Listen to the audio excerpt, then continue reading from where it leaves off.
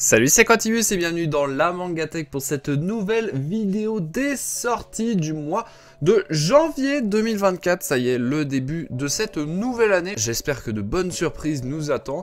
En tout cas, j'espère que vous avez passé de bonnes fêtes de fin d'année, un bon Noël et un bon nouvel an. Et on attaque tout de suite avec les sorties. Comme d'habitude, je rappelle une nouvelle fois que les sorties manga, il ne faut pas se fier à 100% sur tout ce que je vais dire dans cette vidéo. Il se peut qu'il y ait des changements de date, de reports, surtout de collectors. Bien que j'ai l'impression qu'il n'y a pas énormément de collectors ce mois-ci de prévus. Et pareil, je ne connais pas tous les mangas qui existent et que je vais présenter et que je vais voir défiler dans la liste. Donc n'y tenez pas trop rigueur, ou alors parlez-en en commentaire si vous voyez un manga que j'ai pas parlé dans la vidéo. Allez, du coup, on file sur le mois de janvier 2024. Il va falloir que je m'y fasse, hein, d'ailleurs, de ne pas confondre avec l'année 2023, parce que souvent dans les vidéos, je dis 2022, 2023, je fais l'erreur. Donc, mercredi 3 janvier 2024...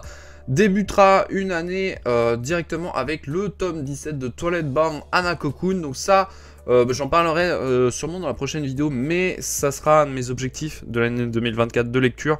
C'est-à-dire que j'aimerais bien commencer la série Twilight Bound Hanako-kun, parce que je n'ai pas encore commencé, bien que j'ai fait quelques collectors, quelques ouvertures de collectors durant l'année 2023. Donc voilà, ce sera mon petit objectif.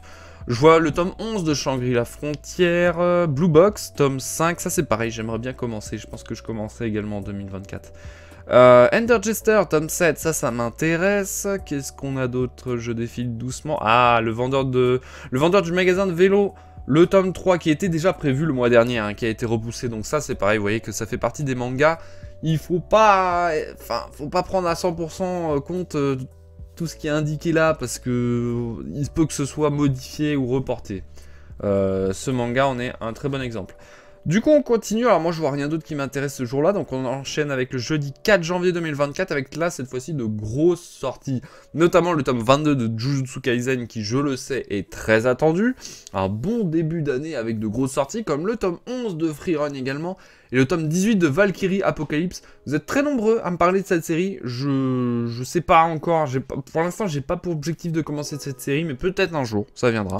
Une série que j'aime beaucoup, c'est Valalian, et le tome 5 sortira ce jour-là. Qu'est-ce qu'on a d'autre? On a quelques séries que je ne fais pas. On a notamment le tome 1 de la nouvelle série par l'auteur de Karakuri Circus. Donc j'ai oublié le nom, donc je vais pas l'inventer.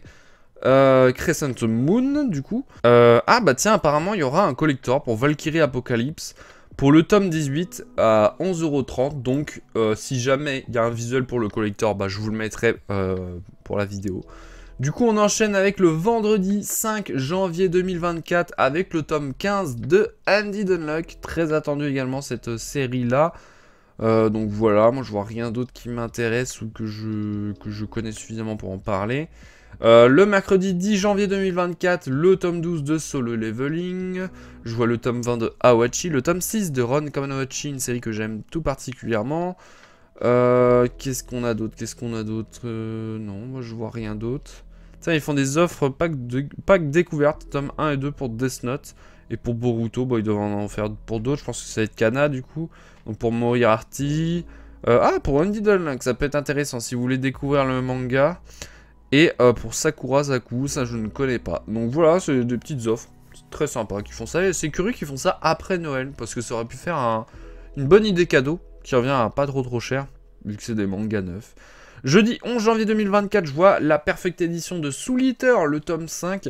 Donc là, vous voyez qu'il y a quand même énormément de sorties. Hein. Déjà, on est seulement au 11. Et il y a énormément de sorties. Je vois là, juste en bas à droite, le Clan des Pots, le tome 2 et le dernier tome de cette mini-série, que je ne pense pas faire, hein, parce que le tome 1 ne m'a pas plu plus que ça, donc je vais sûrement passer à côté.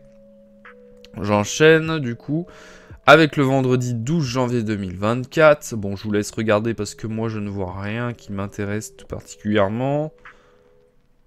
Voilà. Et du coup, on enchaîne avec le mercredi 17 janvier 2024, avec le tome 15 de Chainsaw Man. Donc là, c'est tout de suite plus intéressant. Le tome 28 de Tokyo Revenger, Orimiya, tome 14. Je vois le tome 10 de la Perfect Edition de City Hunter. Et ça, pareil, je crois qu'il avait été reporté. Normalement, il devait sortir au mois de décembre. Donc, pareil, faut pas trop y tenir compte. Sait-on jamais si c'est reporté. La Perfect Edition également de Beck pour le tome 11 qui sortira. Et une sortie très attendue également, le coffret vide de One Piece de l'arc Thriller Bark. Je sais qu'ils sont souvent attendus également. Alors, le coffret plein est sorti il y a 1 ou 2 mois. Donc voilà, le coffret vide, je sais pas pourquoi ils le sortent pas en même temps d'ailleurs, c'est assez curieux, mais enfin bref, voilà. Tome 9 de Golden Guy, ça m'intéresse, le tome 4 de la Perfect Edition de Cat Size. Tiens, je vois le tome 2 de Crazy Day, c'est marrant qu'ils le mettent aussi bas, il me semblait qu'il était très attendu également, mais voilà. Le tome de Crazy Day en attendant la partie 9. Que j'avais beaucoup aimé d'ailleurs, c'est un bon gros ramassis de fanservice pour les gros fans de l'univers de JoJo's Bizarre Adventure. Ah oui, c'est vrai qu'il y a des coffrets collector, notamment le coffret collector de Tokyo Revenger pour le tome 28.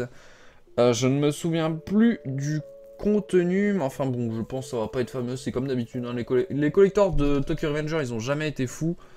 Donc voilà, bon, je vous préviens quand même. Je pense en faire l'ouverture parce que je suis un gros pigeon, mais j'aime bien avertir les gens en vidéo pour bien prouver que c'est de la merde, pour éviter que les gens tombent dans le panneau. Donc voilà, je pense que je couvrirai tout ça en vidéo.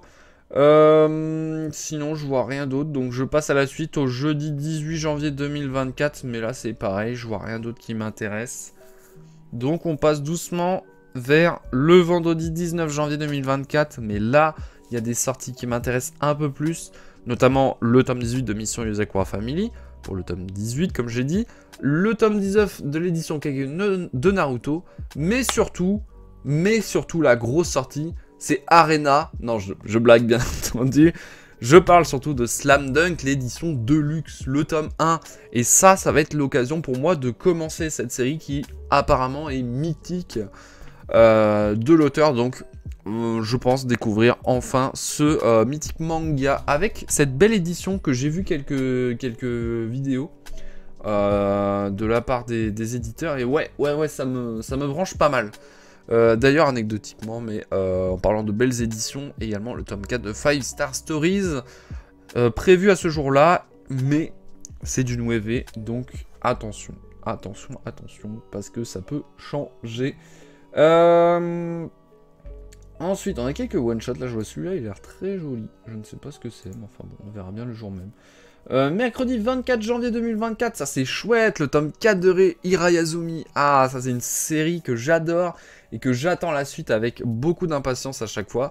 Donc très bonne nouvelle. Qu'est-ce que je vois? Je vois l'habitant de l'infini sous 2 formats différents. Je vois pas trop... ouais, bah dites-moi c'est quoi la différence, mais... Bakumatsu. Je connais pas trop. J'en entends surtout beaucoup parler de cette série-là, donc voilà. Par contre, je vois un nouveau one-shot de Junji Ito qui est Carnage de chez Mangetsu. Donc ça c'est pareil, je couvrirai ça en vidéo. J'en ai pas parlé, mais l'édition colossale de l'Attaque des Titans Before the Fall pour le tome 4. Qu'est-ce qu'on a d'autre? Ah oui, alors on a un one-shot de Maruo qui est Yume no Kuzaku. Mais alors, vu que le mois dernier devait sortir également un autre one-shot de Maruo et qu'il a été reporté, je pense que celui-là aussi, ça va être compliqué.